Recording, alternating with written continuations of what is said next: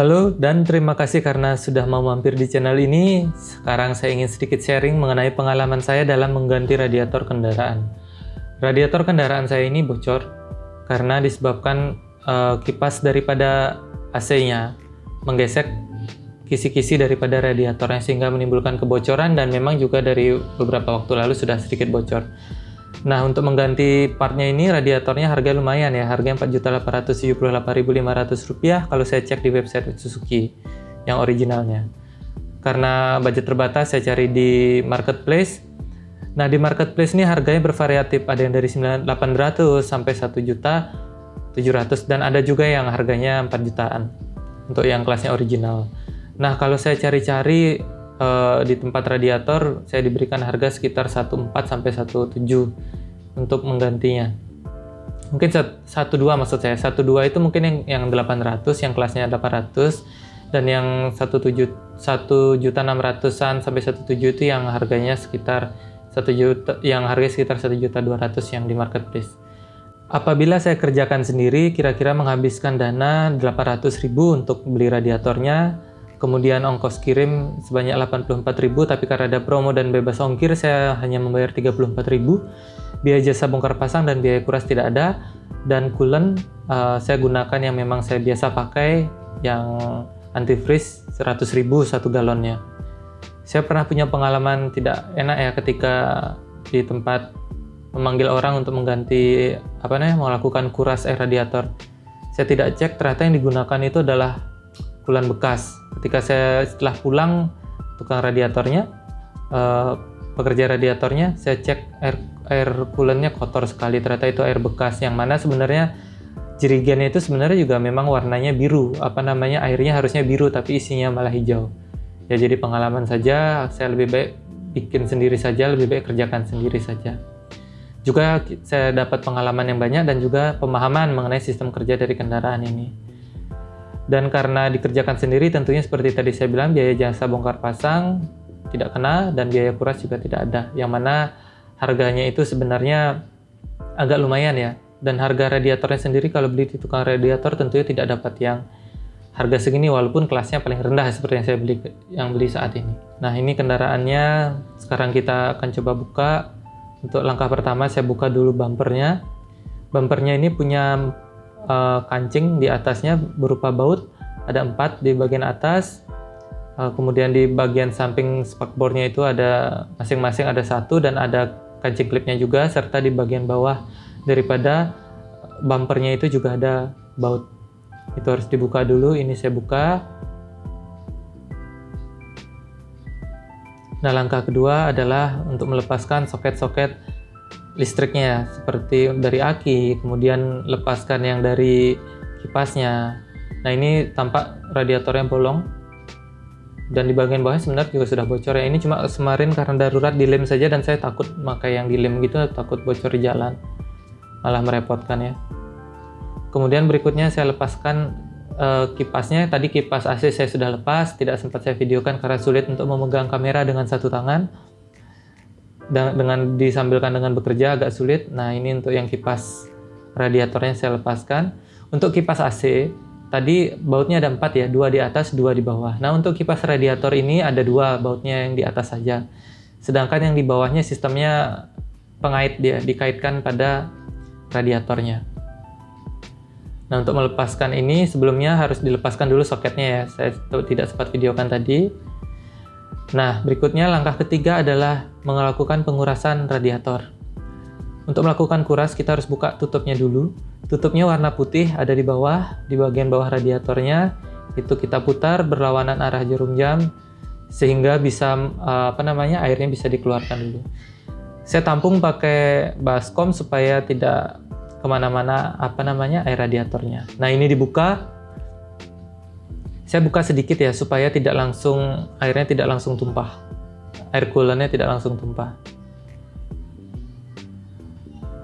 Saya buka perlahan, supaya tidak kemana-mana airnya. Itu tutupnya tinggal dibuka sedikit saja, berlawanan arah jarum jam ya. Nah, ini airnya sudah keluar, air coolantnya sudah keluar. Biarkan begini sampai habis ya. tutup atasnya juga dibuka supaya airnya bisa cepat turun.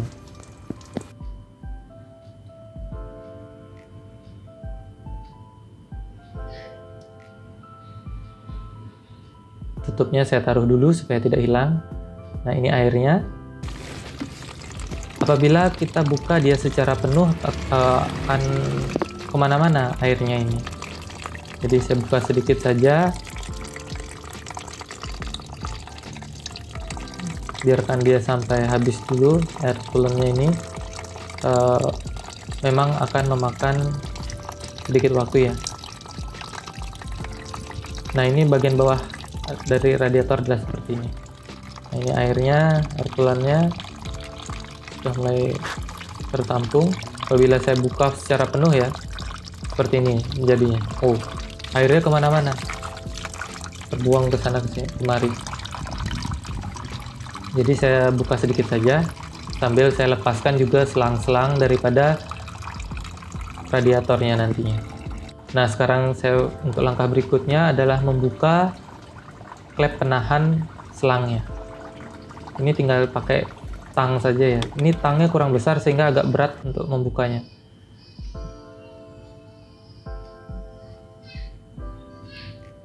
Nah, untuk oli matic, bedanya radiator matic dengan mobil manual, dia di radiatornya itu ada pipa untuk sirkulasi oli maticnya. Nah, ini kita harus buka, dan ketika membuka sirkulasi matic ini, selang matic ini, kita siapkan plastik dulu supaya nanti oli dari oli maticnya tidak tumpah kemana-mana. Ini kita tutup dengan plastik dulu, nanti kita jepit dengan karet gelang ya, dan supaya dia lebih kuat, supaya tidak olinya tidak kemana-mana. Ini saya kaitkan terlebih dahulu.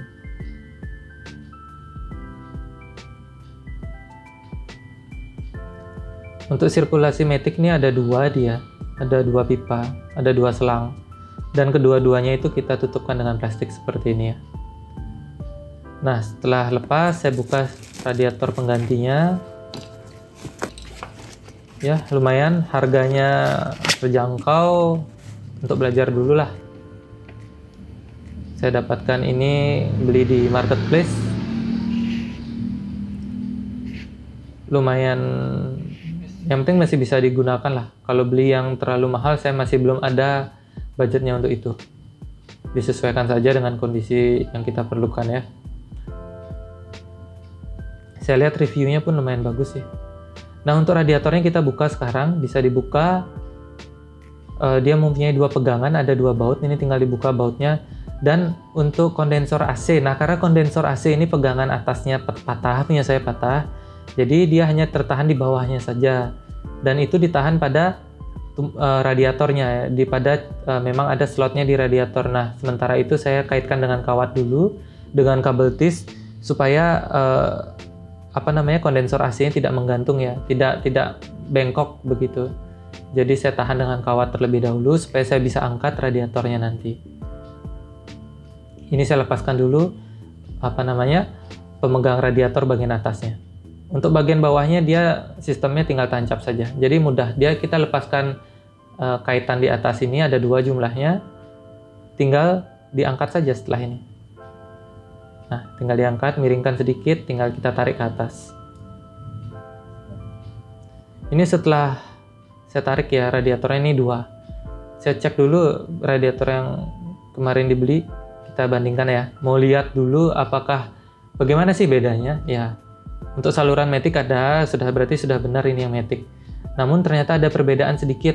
Yang radiator yang baru saya beli, yang harganya agak murah ini, dengan yang saya gunakan selama ini, jumlah kisi-kisinya, nah jumlah kisi-kisi yang turun ini yang berbeda, yang mengalirkan air panas dari bawah ke atas itu yang beda. Kalau yang aslinya itu jumlahnya 110 kalau saya hitung satu persatu sampai di ujung sana, sedangkan yang saya beli seharga 800.000 ini jumlahnya hanya 70. Berbeda ya. Ya, ada harga, ada kualitas lah. Paling tidak masih bisa digunakan. Dan sampai video ini dibuat sih, saya sudah pakai kendaraan ini ke sana kemari, dan dengan menggunakan radiator yang baru ini tidak ada masalah sih. Nah, yang berbeda lagi adalah ketebalannya. Yang baru lebih tebal, sedangkan yang aslinya lebih tipis. Oke, berikutnya pasang radiator baru dan kita masukkan kondensor AC-nya pada tempatnya. Nah, ini adalah kuncian untuk memasukkan radiatornya, bentuknya seperti itu ya. Bentuknya seperti apa namanya, tinggal dimasukkan saja ke tempatnya, plug and play. Nah, ini tinggal dimasukkan. Ketika sudah masuk dengan pas, kita tinggal masukkan kondensor AC-nya ke lubang yang ada sudah disediakan di radiatornya tersebut. Oh ya, sebelum itu untuk olimetiknya, untuk selang olimetiknya, untuk pipa olimetik yang ada pada radiator itu dikencangkan dulu.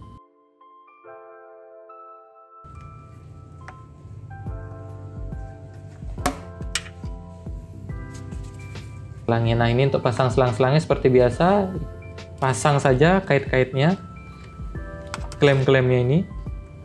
Ya, ini karena tangnya kurang besar jadi agak sulit saya bekerja ya. Harusnya pakai tang yang agak lebih lebar sedikit supaya gampang. Ini agak sedikit susah karena bukaan dari tangnya itu terbatas. Oke, ini kurang digeser lagi sedikit supaya dia lebih mengancing dengan erat. Ini pada pipa bagian bawahnya diklem, kemudian ketika untuk metiknya sudah diklem juga, sudah dimasukkan, tinggal pasang yang di atasnya. Nah, berikutnya, untuk step berikutnya adalah kita bilas radiatornya dulu ya dengan air, kemudian setelah dengan air kita bilas dengan coolant.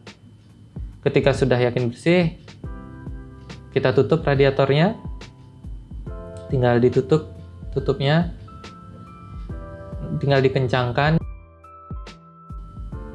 Kemudian berikutnya adalah dibilas. Dibilas kenapa? Supaya debu-debu yang nyangkut di kondensor ini hilang, dan juga coolant-coolant yang nyangkut di kondensor serta radiator itu turun ke bawah ya. Dan juga untuk membedakan nanti apakah radiator yang kita pasang itu bocor apa tidak. Ketika kita sudah bersihkan begini kan sisa coolantnya hilang, jadi warna hijaunya itu tidak tampil. Kemudian berikutnya adalah memasang kipas-kipas, soket-soket listrik, serta selang-selangnya. Tinggal dikencangkan saja seperti ini. Rumahnya sudah sama semuanya. Tinggal dikencangkan saja, kunci 10. Setelah dikencangkan, pasang soket listriknya, kemudian kita isi radiatornya dengan air coolant. Kita isi sampai batas airnya, demikian juga dengan tangkinya kita pasang di penuhnya dia. Nah, berikutnya kendaraan dihidupkan. Ketika sudah diisi radiatornya, kendaraan dihidupkan.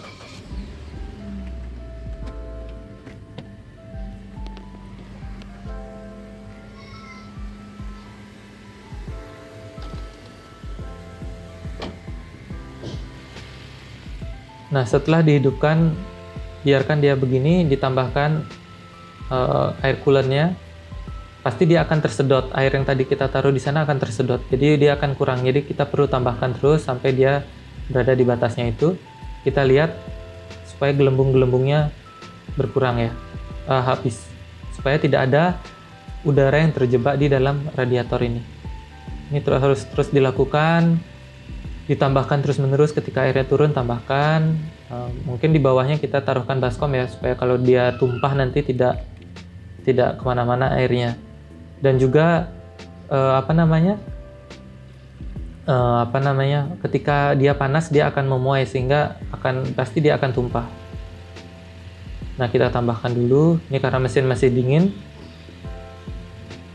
Dan kita lakukan ini terus sampai fan daripada radiatornya hidup. Fan radiator ya, bukan fan daripada AC-nya. Fan radiatornya, kipas radiatornya. Yang di sebelah kiri, yang lebih besar. Yang di bawah daripada tempat saya menuangkan coolant ini. Saya cenderung suka menggunakan coolant ini. Karena lebih lebih kental kalau menurut saya. Kemudian gelembungnya ini akan keluar ya, perlahan-lahan nanti akan dia muncul buih-buih. Itu untuk mengeluarkan udara-udara yang terjebak di dalam saluran sirkulasinya ini. Ketika airnya itu mulai panas kan dia akan yang lebih dingin akan ke atas dan gelembungnya akan keluar seperti itu. Nah, sekarang ini karena fan-nya belum hidup, berarti termostat yang menuju ke dalam water jacket-nya, ke dalam mesinnya itu belum terbuka. Jadi kita perlu panaskan sedikit kendaraannya, bisa digas juga supaya dia cepat panasnya. Karena memang dari posisi dingin, dari kalau kita kuras radiator ataupun kita isi ulang radiator ini, dari posisi dingin sampai kipasnya hidup tuh lumayan lama ya. Kalau kendaraan ini sekitar 20 menitan lebih ya, hampir 30 menit bahkan kalau tidak digas-gas. Nah, ini ketika sudah hidup kipas radiatornya, tambahkan airnya. Tambahkan lagi karena air yang tadi ada di radiator tuh sudah disedot masuk ke dalam kendaraannya ini, ke dalam mesinnya. Sehingga perlu kita tambahkan lagi untuk mengeluarkan juga gelembung-gelembungnya. Lakukan seperti ini prosesnya beberapa kali. Kalau saya sendiri sih cenderung biarkan fan-nya itu hidup dan mati sampai tidaknya 3 kali dia mati dan hidupnya, supaya saya yakin gelembung udara yang di dalamnya sudah keluar semua.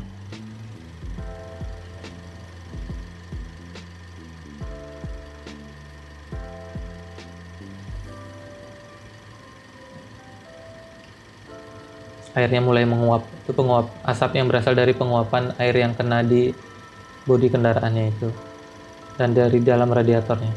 Nah, ini saya tambahkan. Nah, ini keluar ya gelembung-gelembungnya ini, biarkan begini. Ketika nanti gelembungnya sudah habis, barulah, dan fan-nya sudah hidup sekitar paling tidak 3 kali, barulah bisa kita tutup ya, tutup radiatornya. Nah, ini kita coba juga hidupkan kipasnya. Ketika sudah selesai, kita sudah bersihkan, kita coba hidupkan kipas AC-nya juga. Pastikan bahwa soketnya sudah terpasang dengan benar. Ketika sudah benar, sudah selesai ya. Jadi nanti kendaraannya ini bisa dipakai. Nah, setelah isi radiator ini, ketika kita gunakan kendaraannya secara bertahap, kita cek air radiatornya apakah berkurang, kita cek saja di tangki reservoirnya. Kita tambahkan sedikit-sedikit begitu ya. Dan secara berkala juga kita buka tutup radiator untuk melihat. Mungkin itu saja yang dapat saya sharingkan pada kesempatan ini. Terima kasih.